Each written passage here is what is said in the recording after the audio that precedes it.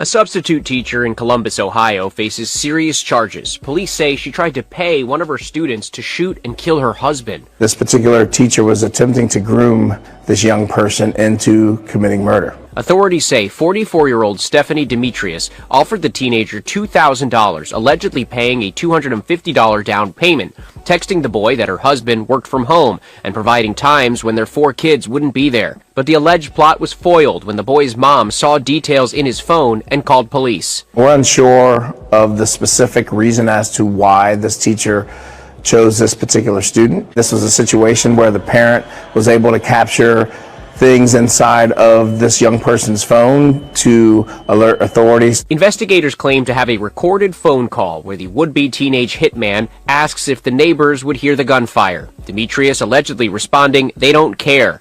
In the past, she was accused of trying to stab her husband, set the home on fire, and run him over. In this case, she denies the allegations, questioning the entire story during her first court appearance. Who is the juvenile involved in this case? She was released on bail and is due back in court next week. Ladies and gentlemen, foreperson of the grand jury has...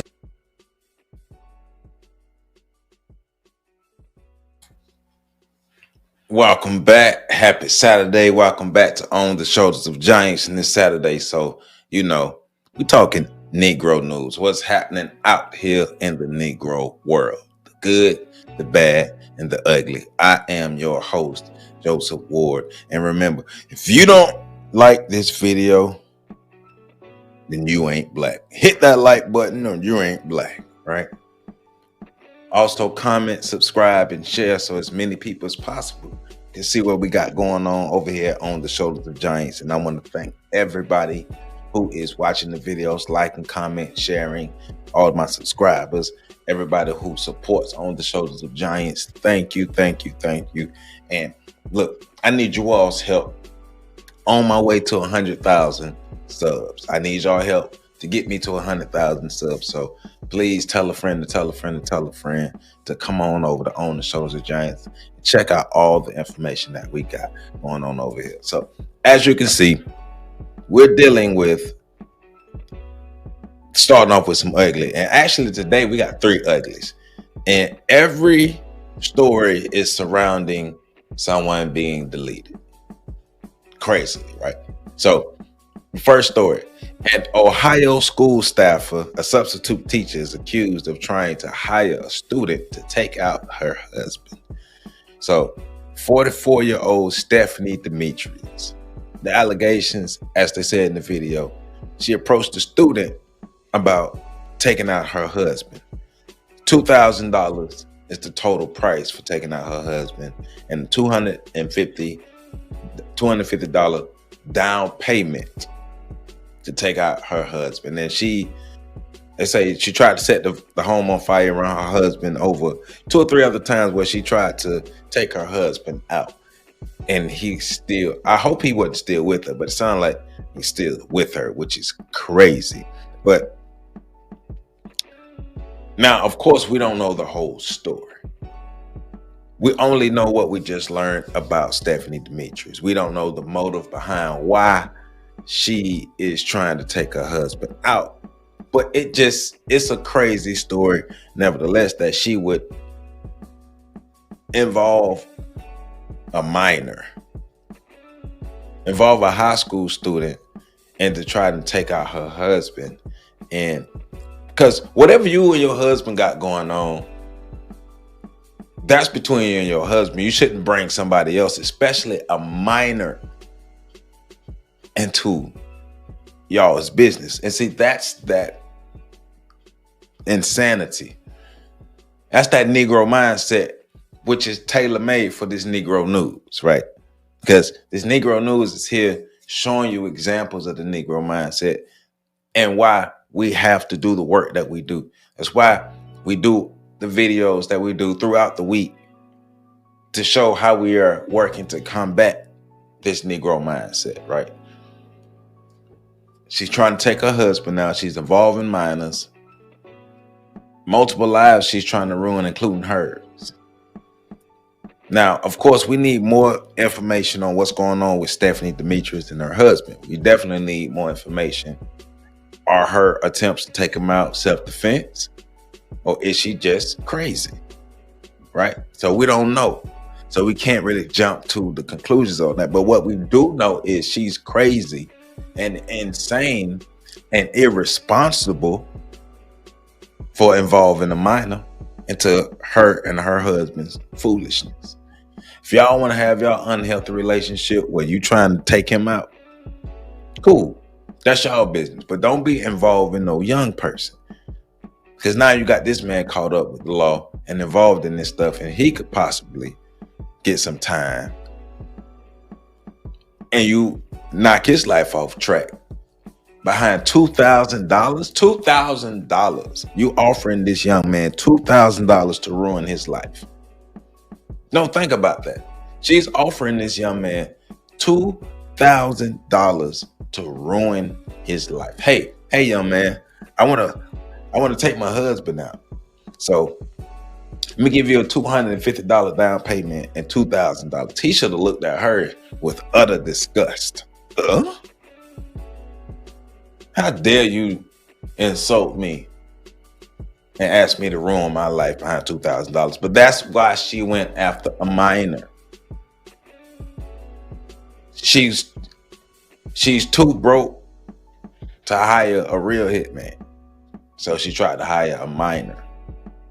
And the questions he's asked, like, if I shoot him in the house, will the neighbors hear? Because there's an affidavit stated that she also advised the student. No, so it says, so I read from here. It says, Demetrius allegedly approached a student at an academy for urban scholars in Columbus, Ohio on March 26 and solicited the student to take out her husband for $2,000, according to an affidavit. Demetrius allegedly gave the student a $250 down payment and details about her husband, including that he works from home and times when he would be in the house alone, like they said in the video. The affidavit stated that she also advised the student that they don't care about her neighbors when the student asked if they would be able to hear gunfire. So she was trying to get him to bang her husband. And they talked about this on the phone. So the student's mother found this information and went to the authorities about it, as she should. She should have punched Stephanie Demetrius in the nose too. Stephanie Demetrius definitely deserved to get her nose broke by that young man's mother. Definitely deserved to get her nose broke by that young man's mother. You trying to, because you would have to keep me away from her. You trying to ruin my son's life. First of all, you trying to ruin my son's life and involve my son into your bull. Next, you trying to ruin my son's life behind $2,000. Man, get your broke self away from my child.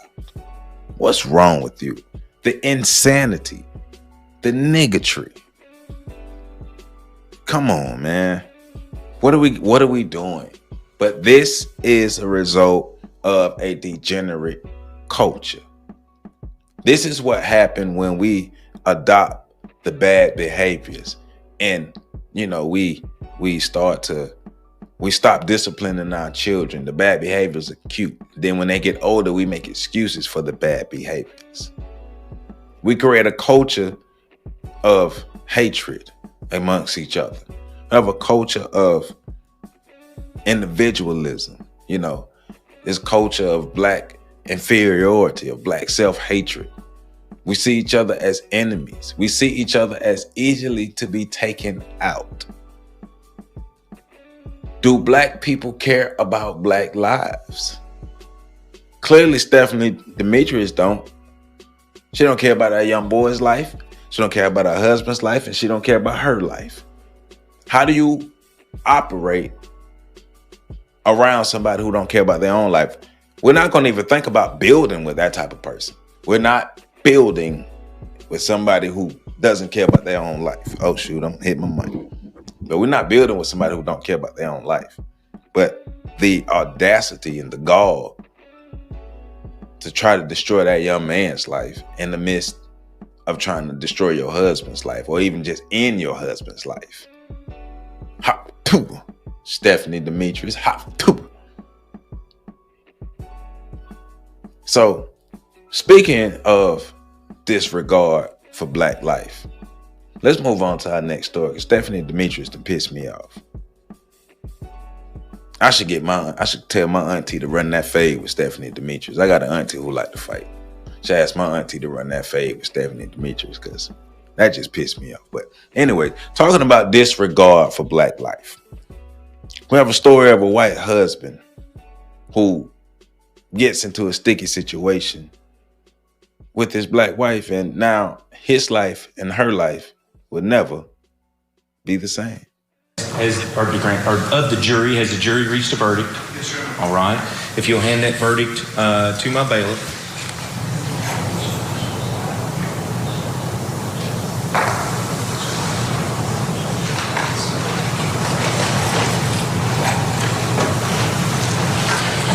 And before I read the verdict, is this verdict unanimous for all 12 jurors? All right. I'll ask the defendant and his counsel to please rise.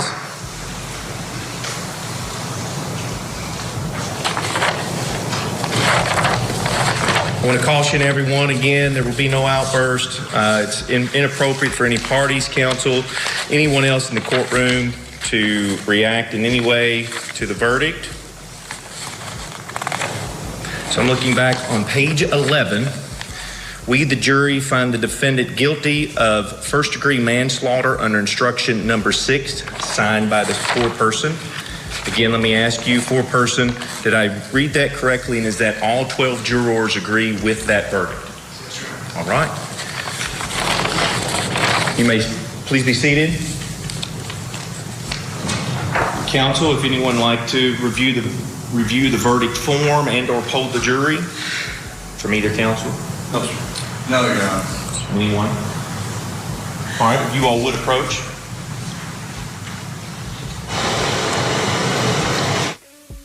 I cannot wait to have this conversation because still with us, trial attorney Wendy Patrick. Wendy, before we get to you, let me just weigh in with you on our emotional reaction to this verdict and your thoughts, Michael. Well, you look at it this way, it was a huge victory for the defense. This is what they wanted. But I am struggling with the facts of this case and jibing that with this jury's verdict. I mean, they're sitting. So let me weigh in a bit. So this is the story of Jordan Henning, right? What was his wife's name? I just had his wife's name. I think Jordan and Ashley Henning, I believe, is the name of the couple. White husband, Black wife.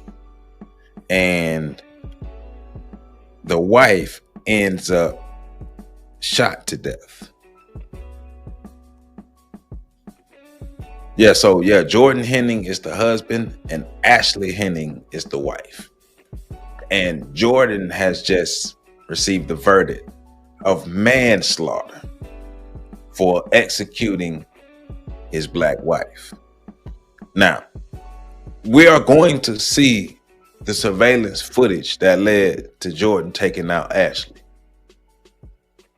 I say it's bull. And like the man is saying in the video, that's a victory for Jordan Henning's defense team that he got the manslaughter charge rather than the murder charge of the first degree or second degree. And it should have been first degree. He should have got the first degree murder charge. He ended up with the manslaughter charge, which is, lighter sentence. But he's still crying. But he ended up taking out his wife. So that's where we are. But we are going to see the surveillance footage. And I will say it's triggering. White husband executes Black wife. So let's go. They're in the courtroom. You have to respect that, and I certainly do. But the way this went down, I didn't feel like they had proven that there was this extreme emotional disturbance. He seemed very calm and making. And so what they're talking about right here is Jordan Henning basically pleaded that his wife was abusive to him and disturbed him emotionally, and he ended up executing her because of the continuous emotional disturbance. That's what he hung his hat on. But when you look at that video, I doubt that was the issue, as he's claiming his wife was consistently abusive. decisions very clearly. I think other witnesses testified to that as well. There didn't seem to be this extreme emotional disturbance. Judge didn't buy it, but the jury did. And that's what I want to ask Wendy about as well. I don't disagree with you, Michael. And Wendy, the difference between murder, which was the premeditated murder, versus what he's convicted of, the manslaughter, showing that really they bought his story on the stand, that he had been physically and emotionally abused by his wife. He just snapped. He did this. What are your thoughts, Wendy Patrick? My thoughts are they either bought that or they didn't think that the case had been proven beyond a reasonable doubt, that that couldn't have been the way it went down. And I say that having faced many of these types of cases where you have what some jurors believe is a very sympathetic set of facts, whether or not they know exactly if it's 100% true. Remember, one of the things that complicates mental defenses, and I'll speak broadly about that, is they're looking at this defendant in the courtroom. He's not evidence, but they have to see him day after day, and he becomes humanized to some extent, particularly when there's any emotion from that counsel table. They know that. Right. So basically what she's getting at is the emotional disturbance plea wasn't brought by anybody in the court but the jury. And she believes that because the jury was able to see him over and over and over, they start to humanize him and maybe believe his story of emotional disturbance while everybody else wasn't buying it. They're not allowed to consider that, Ashley and Michael, and they're told by the judge they're not allowed to consider that. But as human beings, they do. And not necessarily to say we believe everything he said, we believe everything that's been presented on his behalf regarding the emotional demeanor and the provocation, but they use it back in the deliberation room often to say, we just can't say beyond a reasonable doubt that couldn't be an alternate reasonable explanation of the evidence. Yeah, he took the stand. I guess they bought his testimony. You and I didn't necessarily buy it. I didn't think he covered himself in glory, but obviously they must have bought it. Stand by, Wendy, because I understand that the judge is actually addressing the court. Let's go back in.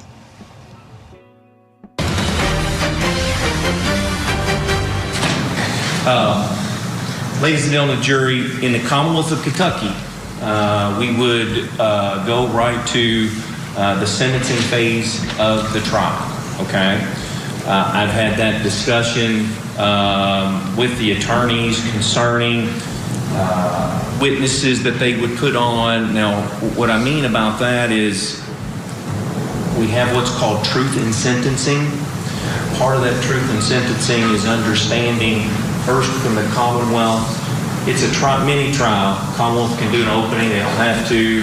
Defense can do an opening, they don't have to. They will hear some evidence just like we did last time for the sentencing portion of the case.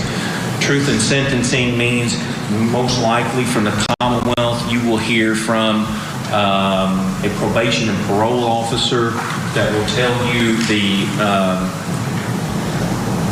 time that you can give for this charge, how much percentage of that before a person's up for parole, things of that nature. And then also you can hear impact information, you can hear mitigating testimony from the defendant. There is going to be some testimony to that. Being as it is late in the day, here's what I would ask you to do. It's going to be my call, all right? I want to make sure you know it'll be my call in discussing it with the attorneys. Here's what I would ask you to do, and the attorneys are in agreement with that, because there is a ability to not be sequestered after the verdict is in, but again, that's my call. Here's what I would ask of you. Why don't I return you back? You all discussed amongst yourselves, okay? Someone might have something this evening, 4 things to not be able to stay longer, but then some people may have something tomorrow morning, because what we would do if we didn't stay and get it all done today, we'd come back tomorrow for the sentencing portion of the case. So I want to give you 5 or 10 minutes to go back, discuss, and I would ask that the foreperson let me know when they're ready, and probably just send a note out. Only send a note out what the jury would request. I'll bring it in front of the attorneys and we'll have discussion on it, okay? Let's do that. Give you about 5 or 10 minutes. When the foreperson's ready, just give that note to the bailiff. Thank you, Bill. Please rise.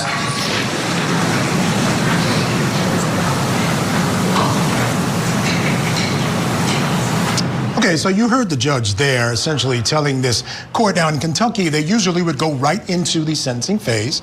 But the jury had the option of whether they wanted to stick around and do it or some other options as well, because what he was going to do, he was going to sequester this jury until they came up with a verdict.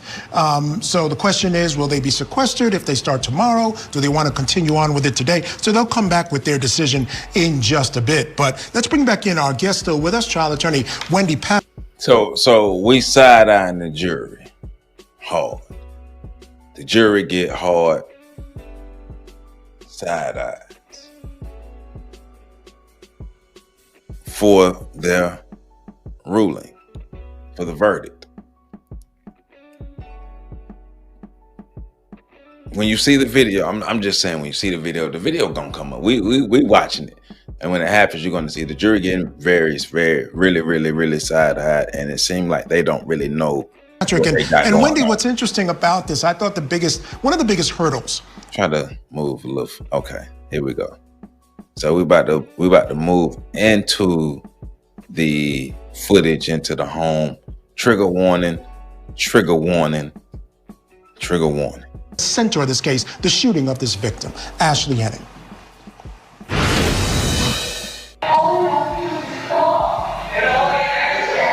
Look in this area right here.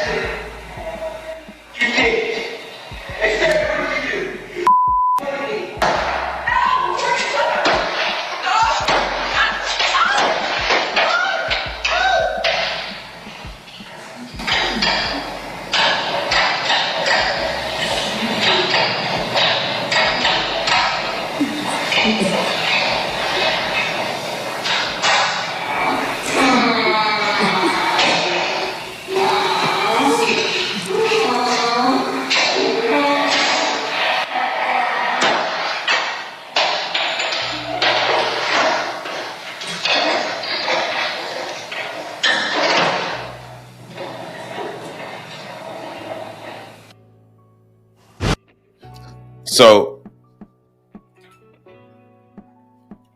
they're arguing. He pulls out the gun, uses the gun, unloads on her. She's on the ground moaning. He goes, reloads, uses it some more, and then spits on her and walks away. Yeah. Manslaughter? Nah, that's not manslaughter. That's a violent rage. That's a violent rage he went into and took out his wife. That's a first degree charge. That should have been first degree.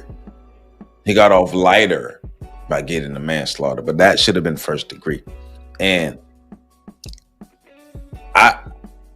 I don't know their life, but that don't, from what we see, that don't look like maybe he was suffering from some emotional abuse from her, because at any time he could have, you know what I'm saying? So I'm sure in my opinion, I don't think he was just around taking it from her. Now, of course, we need more details into their relationship, but this is the outcome right now. First thing that I think about is, you know, there are a lot of black women who have disdain for black men. And a lot of black women have disdain for black men. They like to go to the other sides, or they want to go to the other sides. They fantasize about going to the other sides. But all in all, a lot of black women, well, I'm not going to say a lot of black women. There are some black women who have a disdain for black men, and they believe white men specifically are better than black men. And so they denigrate black men while uplifting the white man. And the white man can do no good. I mean, the white man could do no wrong while the black man could do no good. The white man is the angel while the black man is the devil. The white man is successful while the black man is a bum. Now, this white man doesn't represent all white men, but it does represent deviant behavior. And so the same deviant behavior that those black women believe white men don't have, it's on display right there. Remember, they are the authors of this deviant behavior in this land. To think that the descendants of the people who stole this land and the descendants of the people who uphold systems of white supremacy aren't violent, aren't deviant, aren't tyrannical, you're crazy. And humans gon' human. No matter what, humans gon' human. But I think it's insane, diabolical. It's intentive for those black women who have disdain for black men and the way they denigrate black men. They talk about black men as if we're the scum of the earth, and white men can do no wrong. White men are completely gods, infallible. White men do this, and white men do this, and white men do this, and white men do this, and black men don't do this, and black men don't do this, and black men don't do this, and black men ain't shit, right? And yeah, all right, cool. You might have had some black men who were disappointed in your life. Who hasn't? But that don't mean all black men fit that stereotype. Just like this white guy showed, that Jordan Henning showed that all white men don't fit that stereotype. All white men ain't good folk. But this is not aimed at white men, but it's aimed at the idea that at those black women who have disdain for black men, it is aimed at them to show them that, well, not even to show them, but it's a reminder to all of us that just because you look down on black men don't mean men of other races aren't diabolical, aren't deviants, aren't killers. They will harm you too. So yeah, you might have a negative perception of black men, but you have a negative perception of black men because of the quality of black men that you've been around. And subsequently, this is a low quality white man. And low quality white men exist, low quality Asian men, low quality Hispanic men, low quality men exist across the spectrum of humanity. And so if you're black and you can only see the wrong in black men, you're part of the problem. Now, I'm not saying that this white man represents all white men, but this white man does represent deviant behavior. So that's that story. So I want to go ahead and move to my last story. Because it's a bit longer. So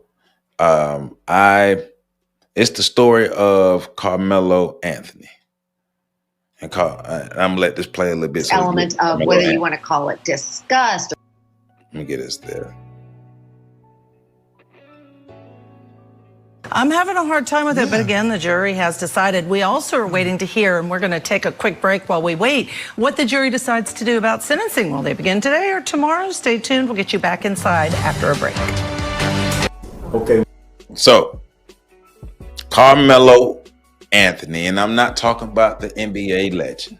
I'm not talking about the future NBA Hall of Famer, Carmelo Anthony. We're talking about the young black man who's a track athlete, high school track athlete, who finds himself in a butt of trouble. This is our main story.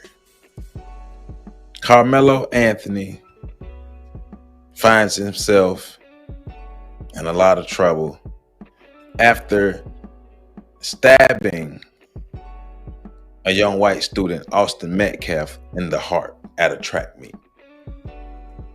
And that happened on April 2nd. Carmelo Anthony ends up stabbing Austin Metcalf in the chest, which pierced his heart, which took Austin Metcalf's life. So that's what we're talking about. And we got to gather the details of the story of why this happened. So that's what we're going to do. So I want to give a big shout out to I'm Stacy. He does. I watch I'm Stacy's YouTube channel often. He does a great job of giving stories and putting stories together and telling stories and getting all the details. So I thought he did the best job of piecing together this Carmelo Anthony story. So we're going to use his video as information, but also I have a news article. And we're going to get into this Carmelo Anthony situation because Carmelo Anthony is citing self-defense and the Metcalf family is citing murder. So let's get into it. With the 75 people they say they interviewed, did they say anything about video was Yes, recording? they have collected video. So it is video of the incident? Yes, they have collected video.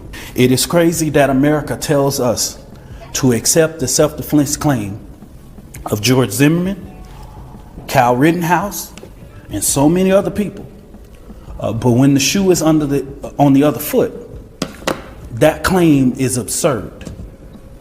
And I just gotta call a spade a spade. No matter what my personal views of a case may be, it is quite contradicting for America to come back and say, oh, Kyle Rittenhouse can have it, George Zimmerman can have it. All of these individuals that don't look like the color of my skin can't have it. So basically what he's talking about, what he's getting at is a lot of the white news outlets have condemned Carmelo Anthony and just basically said he was guilty of murder, of murdering Austin Metcalf, while black outlets are saying no, it was self-defense. So even though the father of Austin Metcalf have asked it not to become a racial issue, he should have known better. It's become a racial issue. Black against white. Carmelo versus Austin. The black kid who said he was defending himself versus the white kid who is seen as the aggressor. What story is true? So, like I said, I'm Stacy YouTube channel. I got the link in the description. Make sure you go check him out. Subscribe to his channel. He does a good job of putting together news stories and all type of things that's happening in the world. So let's get a little further into this. And I'll make sure I fill it in the pieces for a lot of y'all. In the state of Texas, we live in a state where yet you can walk around with a permitless carry. You can walk around with a brass knuckles. You can walk around with a knife. You can walk around with all these things. And they're in the state of Texas. AK-47 in the state of Texas. And then as soon as you see a black person exercise those rights, we now have a problem. And that's not me spitting hate or race or bigotry. That's the facts. Oh man, so despite the wishes from Austin Metcalf's father, tensions continue to rise on social media after the Texas teen Carmelo Anthony's defense fund is nearing $300,000. Okay, now people are donating so that he can get the best representation as he's facing. So a GoFundMe has been started for Carmelo and it has reached $300,000. I read something earlier that said that it was shut down. And if it was shut down, that's crazy because they don't shut down the GoFundMes for the white people who are allegedly accused of killing black people. Like I remember some of these police officers who killed black people back in, height of COVID in 2020 and when Obama was in office, all these other things. But when white people get into it with black people and black people end up dead and white people are seen as the antagonist, GoFundMes are created and GoFundMe's are like large amounts of money are raised and the GoFundMe's aren't taken down. So I have to verify if the GoFundMe was taken down, but I know over $300,000 have been raised in defense of Carmelo Anthony. And money has also been raised on behalf of Austin Metcalf as well. Some first-degree murder charges after an altercation at a track meet ended with 17-year-old Austin Metcalf losing his life. Now, in response to this report, people are bashing the black. And like Stacey just said, look at it. Carmelo Anthony is facing first-degree murder charges, while Jordan Henning has been given a manslaughter charge for point-blank range executing his wife. Just think about that. Black community and attempting to flag and report the campaign so they can end the shit. Now, in response to that, they're being called hypocrites because folks like Daniel Penny and Kyle Rittenhouse received similar support. Even goddamn Luigi Mangione.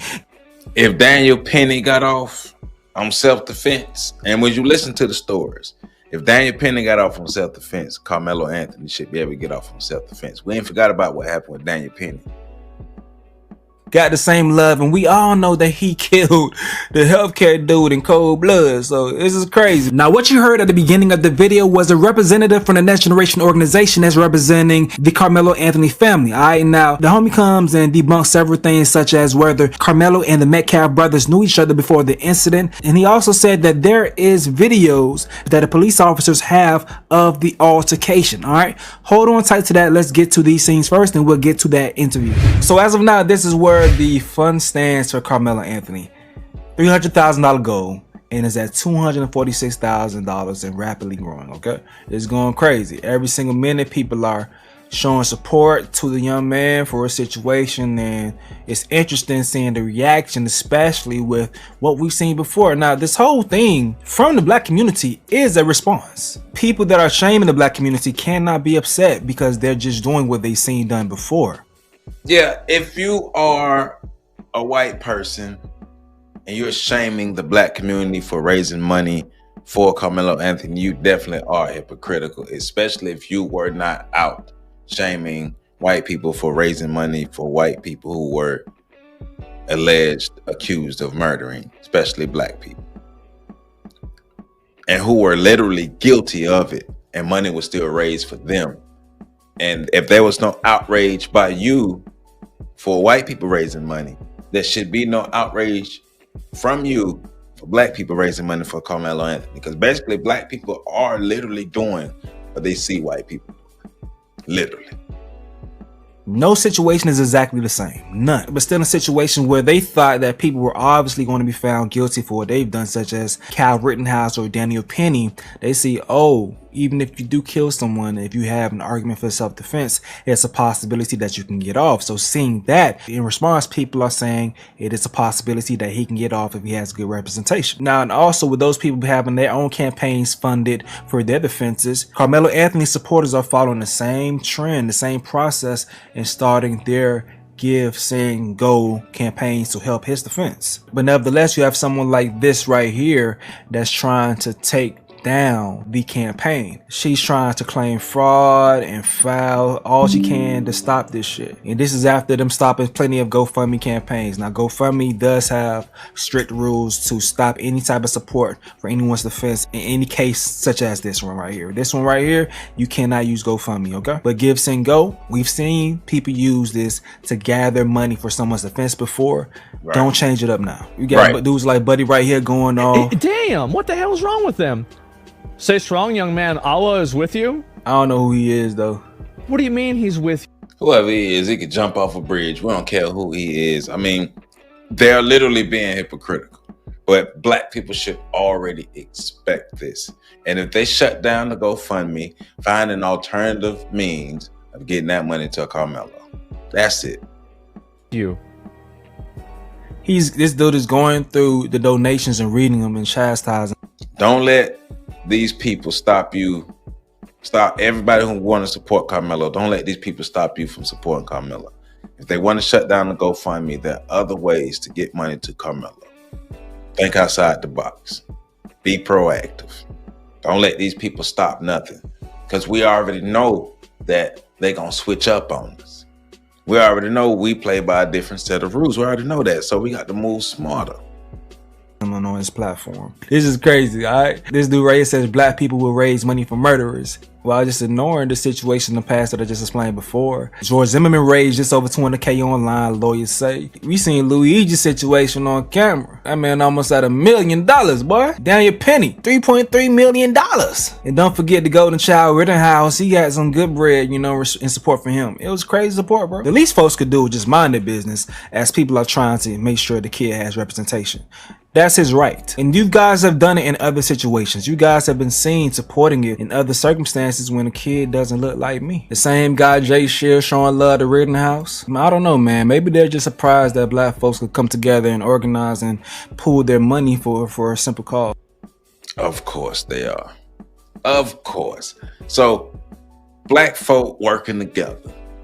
That's not common in these parts. Black folk working together for black folk. That's not common, especially in mass like that. Ain't been common lately. So of course there's going to be backlash. There's always going to be backlash when black people are coming together to support black people. We have to always anticipate this. Understand your opponent. Understand what's happening. Hey, when we do this, they're going to have this reaction. When we do this, they're going to have this reaction. They don't want us united. They want us separated. So we need to move like this because we know they're going to have this reaction. But we have to be able to study our enemy and have foresight. It's chess, not checkers. So maybe that's the thing. I don't get it, but maybe that's the thing. And there's a great chance that it's more than just black people supporting the young man as he's going through the situation. Okay, now here's my personal opinion on what's going on so far. I've read more in this case and I've seen the full arrest report, okay? There are still conflicting stories. I'm going to flash some witnesses' testimonies on the screen, but in summary, dog, as I'm factoring in all the accounts that was told, yes, it was raining. Carmelo eventually stopped under the Memorial High School tent to sit down, and yes, Carmelo did have a friend under that team's tent, which was confirmed by a witness. Now, once again, corroborated by witness testimonies, Austin Metcalf was the initiator of the verbal altercation, and Austin Metcalf was the aggressor in the physical altercation, which is confirmed by a witness. Okay, so let's compare.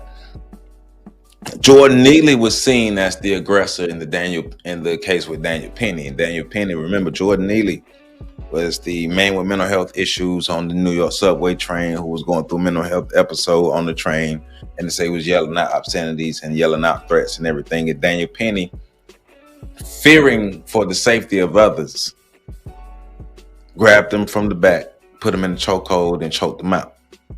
Held him in a chokehold for 6 to 15 minutes and choked him out. So Jordan Neely was seen as the aggressor. All the reports are saying that Austin Metcalf is the aggressor. Austin Metcalf started yelling at Carmelo first. He started going at Carmelo first. He was the aggressor. Austin pushed Carmelo to get him outside of the tent, okay? Now, after Austin pushed Carmelo is when Carmelo then went to retrieve his weapon. Now, here's where things get tricky. One witness said Melo made verbal warnings, but that witness also left out Austin pushing Carmelo. But nevertheless, I'm thinking that after the pushes, when... So, he crossed the line when he pushed him. Now, if Carmelo gave out a verbal warning, hey man, get up off me, and he's still being aggressive toward him, then yes, Carmelo has a right to defend himself. I know Florida's a stand your ground state. I can't remember if Texas is a stand your ground state, but I know here in Florida, we have the right to stand our ground, especially if somebody's being aggressive to us. So if Texas have that, within that, if all of that is true, then Carmelo Anthony is well within his right to defend himself.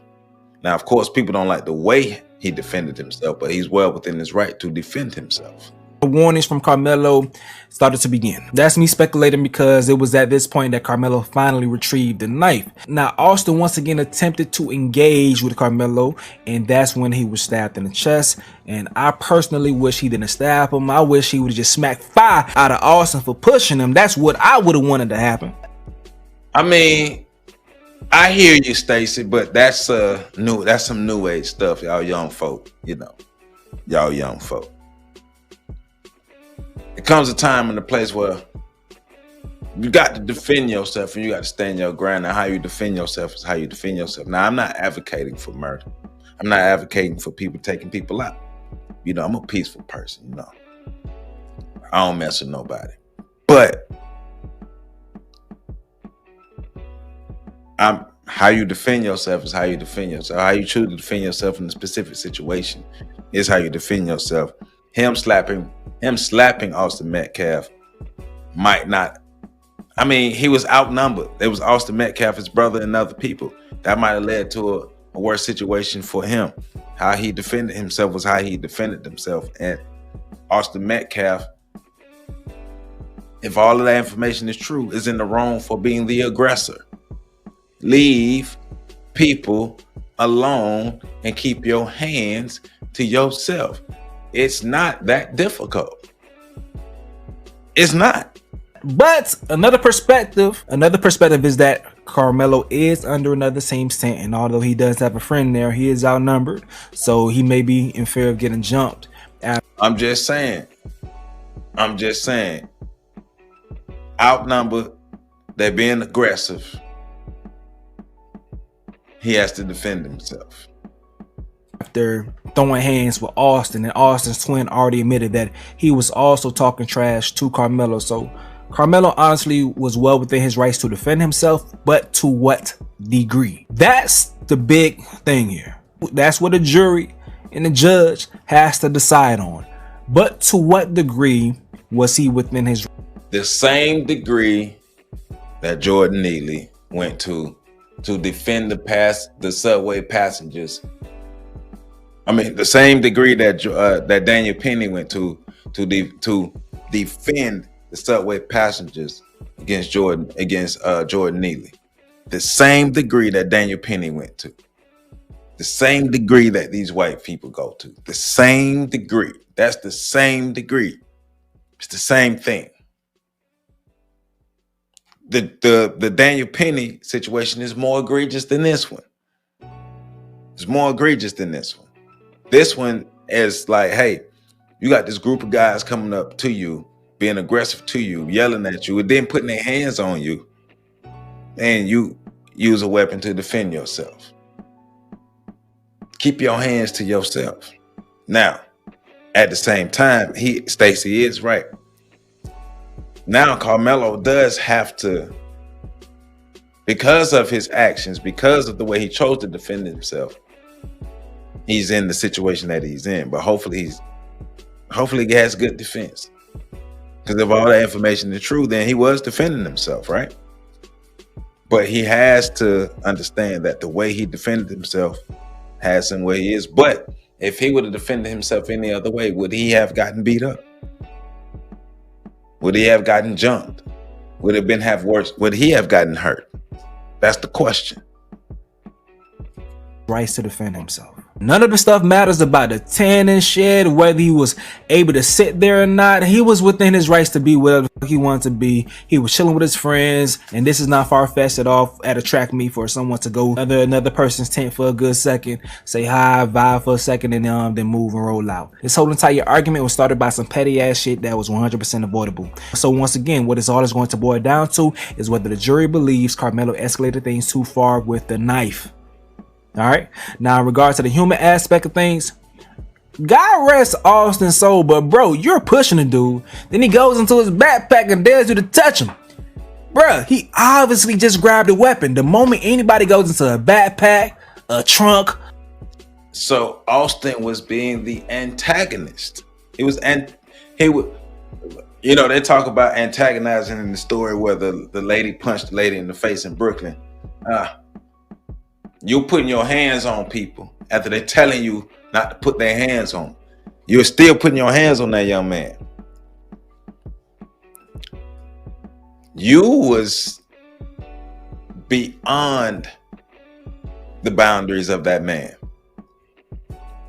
Austin Metcalf, you put yourself in a bad position. You started this, and unfortunately, the way it ended was the end of your life. you have to make, well, you can't no more, but hopefully others learn to leave people alone. It's not that difficult. A glove department, dude, the fight is over, my boy. Keep it pushing. You gotta say you got it, and then keep it moving. You don't continue to try to fight a dude after that warning, bro. That's a death wish. And I know he gone, but I'm talking to you. You watching this video right now, I'm talking to you. Hopefully you know better. But you don't do that. That young man would still be here today if he simply just said, you got it. Leave people alone. Now I could see if it was all one fluid action, like they fighting, the next thing you know, he just gets stabbed. No, but it seemed like they had a chance to pause, allowing him to consider this, and the young fella chose to assert his dominance, and that ended up being the worst decision, nevertheless, but I want to start off by saying real quick that my comments are represented today by the Next Generation Action Network that have been working with the Anthony family from the advocacy standpoint. I'm not the Anthony family attorney. Of course, the Next Generation Action Network is no stranger to this line of work. And we have been representing families for the last 10 years from an advocacy standpoint to get to the bottom of this situation.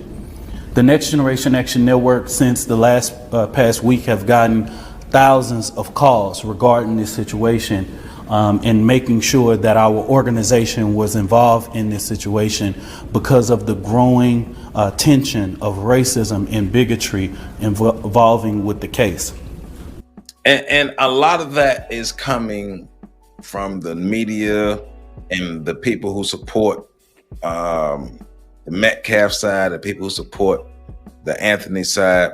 Because coming up in the video, you're going to see how the father is trying to plead to not make it a racial issue. But once again, the father has to understand this is America, and it's a black and white issue between black people and white people. It's always going to be turned racial, because especially a white person is dead at the hands of a black person. It's a racial issue. There's nothing you can do about that. Exactly like I told y'all. Everything that's going on online by the black community is in response to what's been going on by some race baiters. I'm not saying by white people, because it's black people that's doing it too. Right.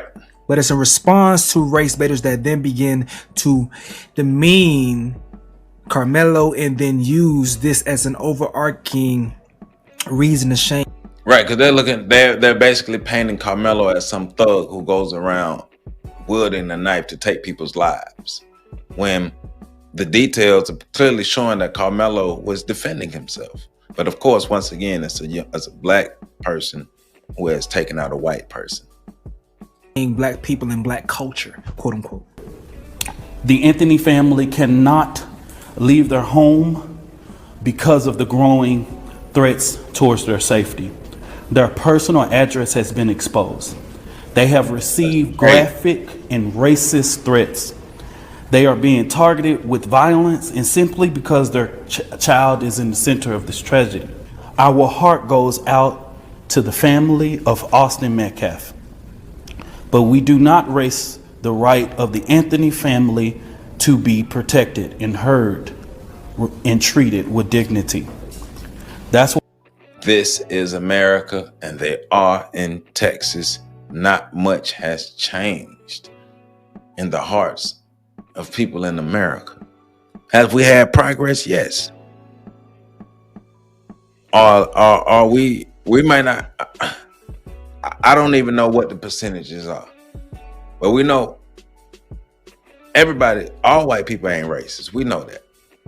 We know all white people ain't racist. But the ones who do subscribe to the system of white supremacy, oh man, do they subscribe, and they subscribe hard.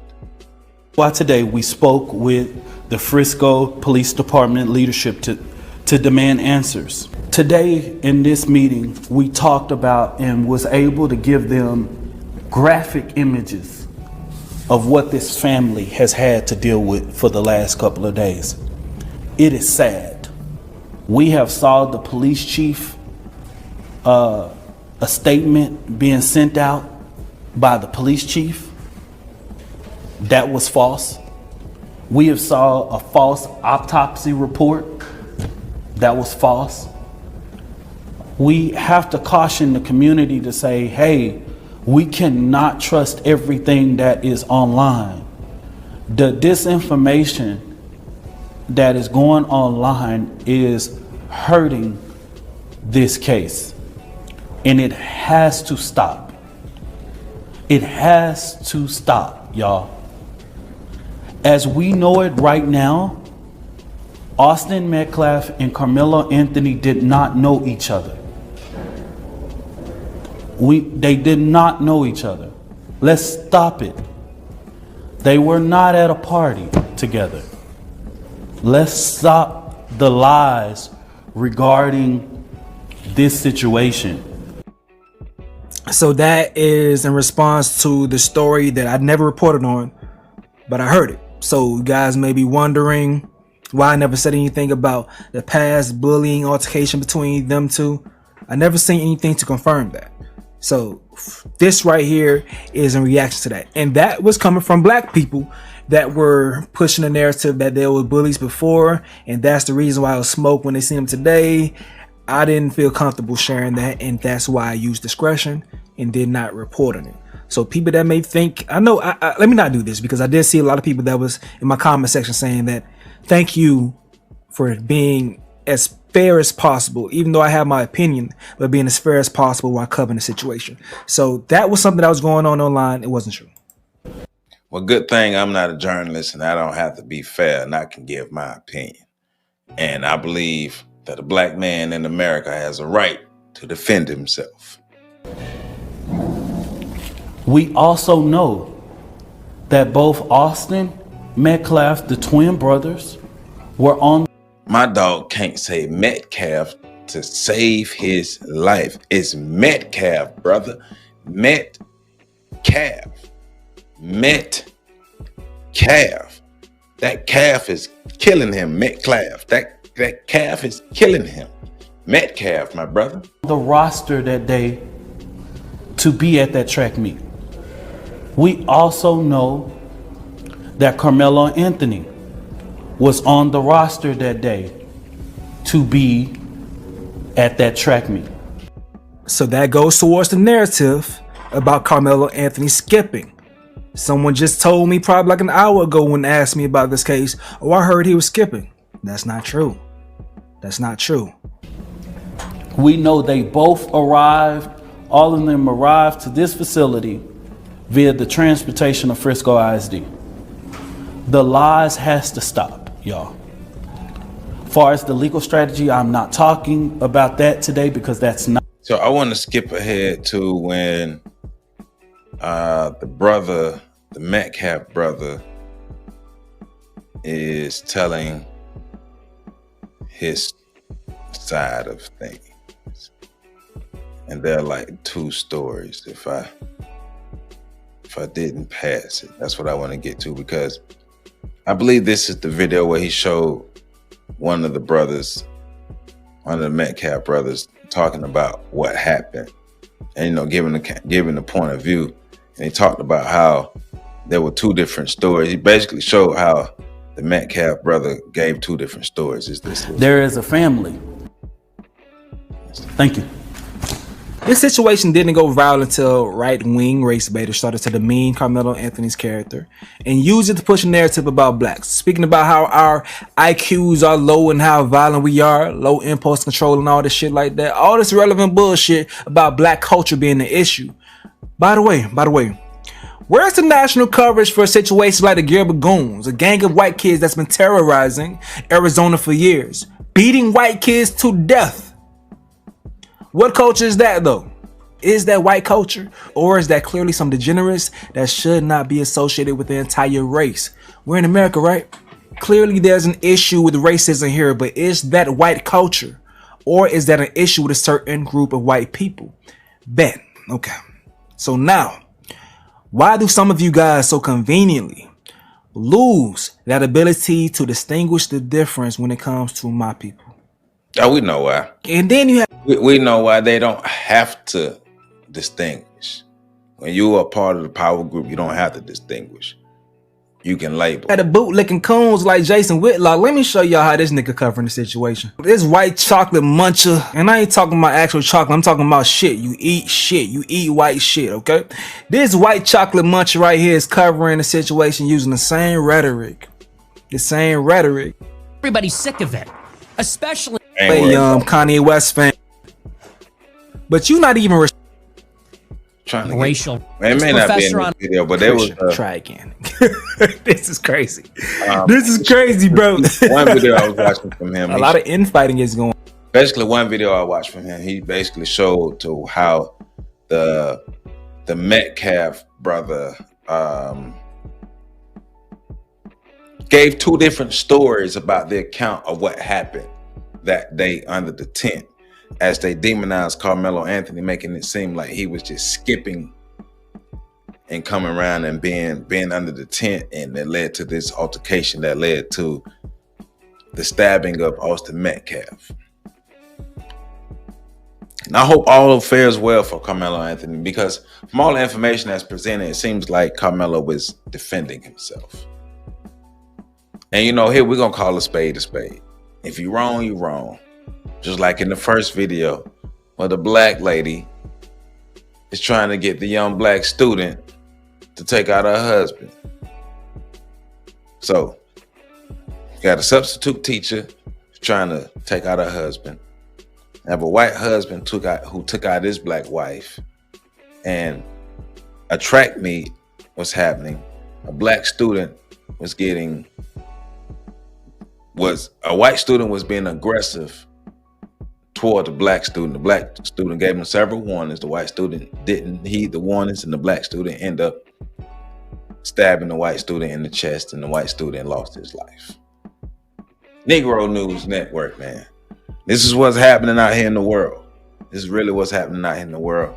And y'all make sure, if y'all want to know more about these stories, go ahead and Google these things. They're easily Googleable, but I'll put some of the links in the description of some of the articles that I have. We got a lot of work, black folk. That's why we read the books we read. That's why we do our Breakdown Fridays. That's why I give my historical information every Wednesday. That's why we do the lectures every Tuesday. That's why we drop the information that we drop. That's why I started my Black History School. I want to make a difference in our culture. I want us to be able to create a culture where we protect ourselves, love ourselves, uplift ourselves, empower ourselves. Carmelo Anthony was full within his right to defend himself. He's full within his right to defend himself, and black people are within their right to support him. My heart goes out to Ashley Henning and her family, the black side, but you know, Ashley Henning for losing her life to her deranged husband. And the substitute teacher who tried to pay the young man to take out her husband, she can jump off a bridge. Negro News Network. That's how we do it. I'm Joseph Ward. Remember, like, comment, subscribe, and share. And if you don't like this video, you ain't black. You ain't African American. Love you all. Thank you for your support. Ways to support me, PC and Pat, is in the description. And we're going to keep this thing rolling and doing what we do. Negro News Network. Happy Saturday. Enjoy your Saturday. I'm out.